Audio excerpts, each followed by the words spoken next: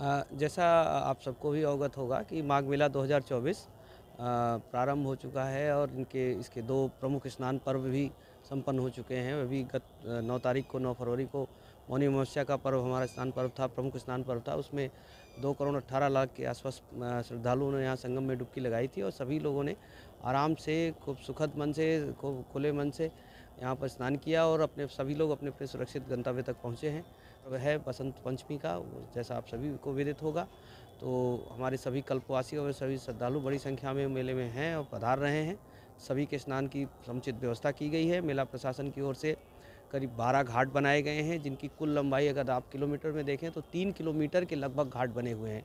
उन सभी घाटों पे सभी व्यवस्थाएं स्नानार्थियों के निमित्त करा ली गई हैं, जैसे कि बोरियों को लगाना और हमारा वाटर बैरिकेटिंग से जल पुलिस की मदद से हमारा कांसा पुआल का बिछाया जाना, हमारे सभी चेंजिंग रूम्स, सभी पे वॉच टावर्स हैं, पर्याप्त पुलिस बल की व्यवस्था की गई है। सभी निर्धारित रूट्स बने हुए हैं, जिस रूट से आना है, जिस रूट से पब्लिक को जाना है, सभी यातायात की सभी व्यवस्था पुलिस प्रशासन द्वारा भी की गई है। मेला प्रशासन पूरी तरह से सभी व्यवस्थाएं कर चुका है और हम पूरी तरह से तैयार हैं कि कल बसंत पंचमी का स्नान निर्विघ्न सुचारू रूप से संपन्न होगा और श्रद्धालु बड़ी से भारी संख्या में यहाँ स्नान करेंगे।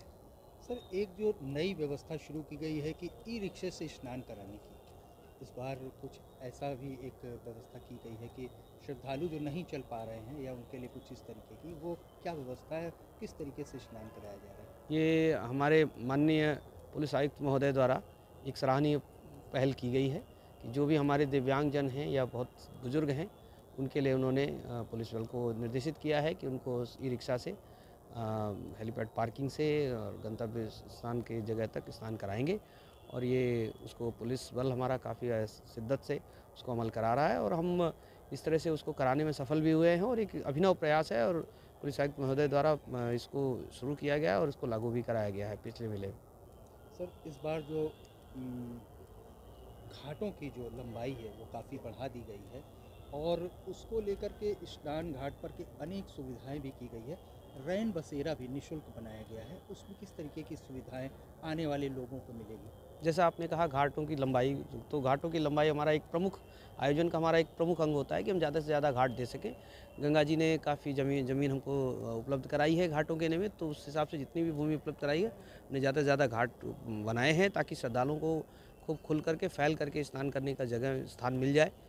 और इसके अतिरिक्त जैसे कि कुंभ का ये पूरा रिहर्सल का मेला था, तो इस पे हम लोग कभी काफ़ी अभिनव प्रयास भी हम लोगों ने किए हैं।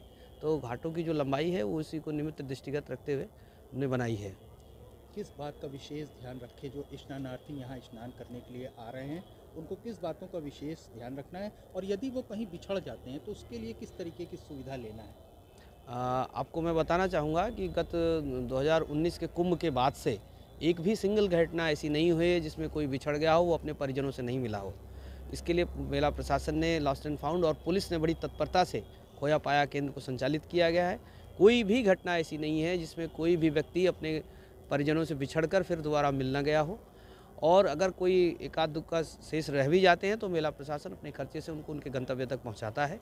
और मैं आपको बताना चाहूँगा कि ये मैं फिर रिपीट कर रहा हूँ इस बात को कि 2019 के कुंभ में व उसके बाद के सभी माघ मेलों में किसी में भी इस प्रकार की कोई घटना नहीं हुई कि कोई अगर अपने परिजनों से बिछड़ा हो और वो वापस अपने परिजनों से न मिल पाया हो। सेम डे ही हम लोगों ने सेम डे ही मिला दिया है। इक्का दुक्का कोई अगर अगले दिन है तो वो मिल गया, अदरवाइज़ हम लोग उनको गंतव्य तक पहुँचाने की व्यवस्था करते हैं। इसके अतिरिक्त आपने जैसे पहले पूछा था कि रैन बसेरे की बात कर रहे थे आप, तो हमारे मेला प्रशासन द्वारा 3 रैन बसेरे बनाए गए हैं विभिन्न क्षमताओं के। वो सेक्टर 1 में अक्षयवट मार्ग पर है और हमारे काली किला के पास है, सेक्टर 3 में भी है जो निःशुल्क रैन बसेरा है। हमारे जो भी स्नानार्थी आ रहे हैं वो वहाँ पर रुक सकते हैं और इसके बाद अपना स्नान करके गंतव्य पे जा सकते हैं। हाँ, एक इस बार सरकार की ओर से एक विशेष प्रयोग पुष्प वर्षा का, जो स्नान करने वाले स्नानार्थी उनके ऊपर पुष्प वर्षा हेलीकॉप्टर द्वारा की गई, किस तरीके का ये प्रयोग रहा और लोगों की किस तरीके से सराहना, इसमें बहुत सराहना मिल रही है, किस तरीके का प्रयोग रहा है? निसंदेह सराहना इसमें मिल रही है। ये पूर्व में भी माघ मेलों में कराया गया है, इस बार भी परंपरागत रूप जो है जैसा कि माननीय मुख्यमंत्री जी के निर्देश दिए हैं, जिला प्रशासन में डिस्ट्रिक्ट मजिस्ट्रेट साहब, कमिश्नर साहब, मेलाधिकारी साहब के निर्देशन में पुष्प वर्षा श्रद्धालुओं पे की गई है। पिछले माघ मेलों में भी की गई थी और जनता इसको काफ़ी अच्छे से वो उनको एडमायर करती है जनता। और बहुत खुश हैं, सभी श्रद्धालु बहुत खुश हैं मेले की अच्छी व्यवस्था को लेकर। सर, हर बार के माघ मेले की अपेक्षा इस बार कुछ भीड़ ज़्यादा देखी जा रही है। जैसे पिछला जो हमारा पर्व बीता मौनी अमावस्या, उस पे 2 करोड़ से ज़्यादा लोगों ने स्नान किया। तो क्या इस बार बसंत पंचमी में भी काफ़ी संभावनाएं भी कि लोग बड़ी संख्या में स्नान कर भी रहे हैं? हाँ जी, हाँ, बिल्कुल सही बात है। 2019 के कुंभ का जो सफल आयोजन हुआ उससे जनता में ये संदेश गया और हमारे सरकार की भी छवि अच्छी हुई कि हम लोग एक बेहतर व्यवस्थाएँ दे पा रहे हैं। जनता में ये विश्वास है कि हम एक बेहतर व्यवस्था देते हैं और निरंतर ही श्रद्धालुओं की भीड़ में बढ़ोतरी हो रही है। पिछले गत आप माघ मेले में भी और इस माघ मेले में भी आपने देखा होगा कि अच्छी खासी संख्या में लोग मौनी अमावस्या के दिन आए। आज इस बार भी हम बसंत पंचमी में पूर्व से भी ज़्यादा भीड़ की उम्मीद कर रहे हैं और हम सकुशल सबको स्नान कराकर उनके गंतव्य तक भेजेंगे।